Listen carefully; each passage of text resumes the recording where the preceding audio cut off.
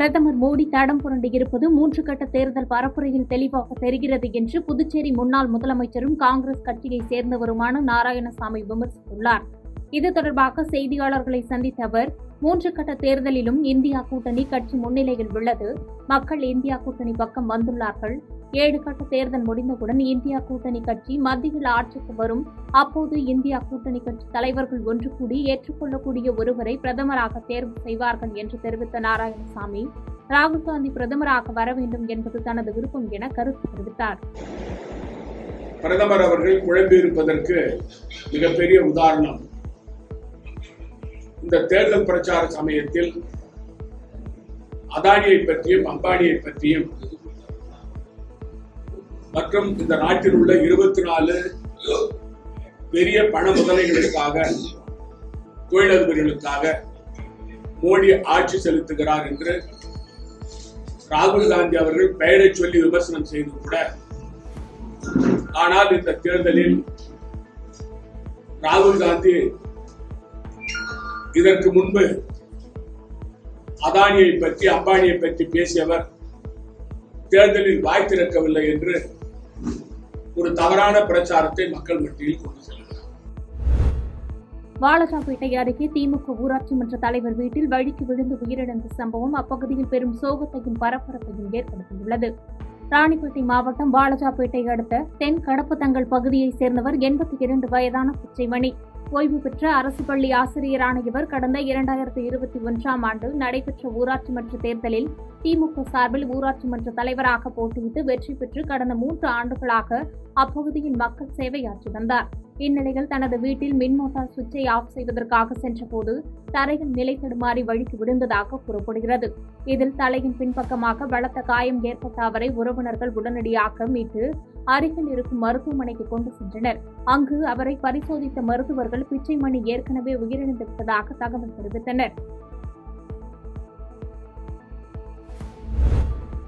ஆத்தூர் குப்பம் தேசிய நெடுஞ்சாலையில் மதுவிலக்கு பிரிவு முதல்நிலை காவலர் விபத்தில் சிக்கி உயிரிழந்தது சோகத்தை ஏற்படுத்தியுள்ளது. சேலம் மாவட்டம் தாரமங்கலம் கிராமத்தைச் சார்ந்த வீரன் மகன் ஆறுமுகம் 40 வயதுடைய இவர் வாணியம்பாடி மதுவிலக்கு பிரிவில் முதல்நிலை காவலராக பணிபுரிந்து வந்தார். இந்த நிலையில் ஏலரைப்பட்டி கிராமத்திலிருந்து பணியை முடித்துவிட்டு தனது இருசக்கர வாகனத்தில் தேசிய நெடுஞ்சாலை ஆத்தூர் குப்பம் நோக்கி வந்து கொண்டிருந்தார். அப்போது காட்பாடியிலிருந்து வந்த சரக்கு வாகனம் எதிர்பாராத விதமாக ஆறுமுகம் வந்த இருசக்கர வாகனத்தின் மீது மோதியதில் தூக்கி வீசப்பட்டு காவலர் ஆறுமுகம் சம்பவ இடத்திலேயே உயிரிழந்தார். இதனை அறிந்த சரக்கு வாகன ஓட்டுநர் வாகனத்தை அங்கேயே விட்டுவிட்டு தப்பி ஓடினார். இந்த சம்பவம் அறிந்த நாற்றம்பள்ளி போலீசார் சம்பவ இடத்திற்கு விரைந்து வந்து முதல்நிலை காவலர் ஆறுமுகத்தின் உடலை மீட்டு திருப்பத்தூர் அரசு மருத்துவமனைக்கு பிரேத பரிசோதனைக்காக அனுப்பி வைத்தனர். மேலும் இந்த சம்பவம் குறித்து நாற்றம்பள்ளி போலீசார் வழக்கு பதிவு செய்து விபத்தை ஏற்படுத்திவிட்டு தப்பி ஓடிய வாகன ஓட்டுநரை தேடி வருகின்றனர். பணி முடித்துவிட்டு வீடு திரும்பிய வழியில் முதல்நிலை காவலர் விபத்தில் உயிரிழந்த சம்பவம் காவலர்கள் மற்றும் பொதுமக்கள் மத்தியில் ஆழ்ந்த சோகத்தை ஏற்படுத்தியுள்ளது. ஓடும் ரயிலில் பெண்ணுக்கு பாலியல் தொல்லை கொடுத்த நபரை ஈரோடு ரயில்வே போலீசார் கைது செய்து சிறையில் அடைத்தனர். நீலகிரி மாவட்டம் அருள் நகரை சேர்ந்தவர் ராஜ்குமார். இவர் நேற்று இரவு மேட்டுப்பாளையத்திலிருந்து சென்னை நோக்கி நீலகிரி விரைவு ரயிலில் சென்றுள்ளார். அவருக்கு எதிரே மற்றொரு ரயில் பயணியான சென்னையைச் சேர்ந்த சுவாதி என்ற 34 வயது பெண்ணும் தனது கணவருடன் பயணம் செய்துள்ளார். ரயில் திருப்பூர் தாண்டி வந்து கொண்டிருந்த போது தூங்கிக் கொண்டிருந்த சுவாதியிடம் ராஜ்குமார் பாலியல் சீண்டலில் ஈடுபட்டுள்ளார்.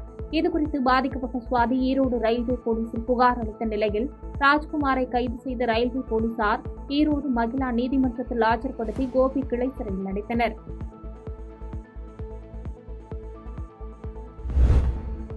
கும்பகோணம் அருகே கடிச்சம்பாடி ஊராட்சி மன்ற அலுவலகத்தில் பெயரை அழைத்தவர்கள் மீது நடவடிக்கை எடுக்க வேண்டும் என பெண் ஊராட்சி மன்ற தலைவர் சுவாமிமலை காவல் நிலையத்தில் புகார் அளித்துள்ளார்.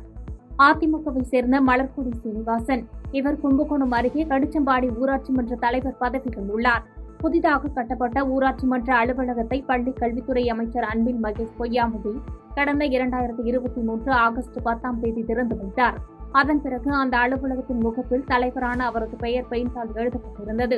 இந்நிலையில் மக்களவைத் தேர்தல் கட்டுப்பாடுகள் விதிமுறைக்கு வந்ததால் தலைவரான அவரது பெயர் வெளியில் தெரியக்கூடாது என்பதற்காக பிளக்ஸ் வைத்து மறைக்கப்பட்டது. இதையடுத்து தேர்தல் வாக்குப்பதிவு முடிந்ததால் ஊராட்சி மன்ற தலைவர் மலர்கொடி சீனிவாசன் அவரது பெயரை மறைத்துள்ள பிளக்ஸை அகற்றிய போது அவரது பெயர் அழிக்கப்பட்டிருப்பது தெரியவந்தது.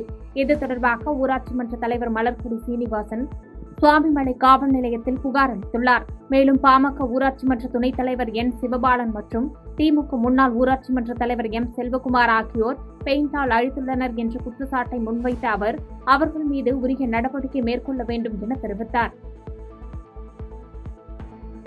பாதகம் செய்பவரை கண்டால் நாம் பயங்கொள்ளலாகாது பாப்பா, மோதி மிதித்து விடு பாப்பா, அவர் முகத்தில் உமிழ்ந்து விடு பாப்பா. அண்மை செய்திகளை உடனுக்குடன் தெரிந்து கொள்ள இணைந்திருங்கள் இயம்நாடு தொலைக்காட்சியுடன்.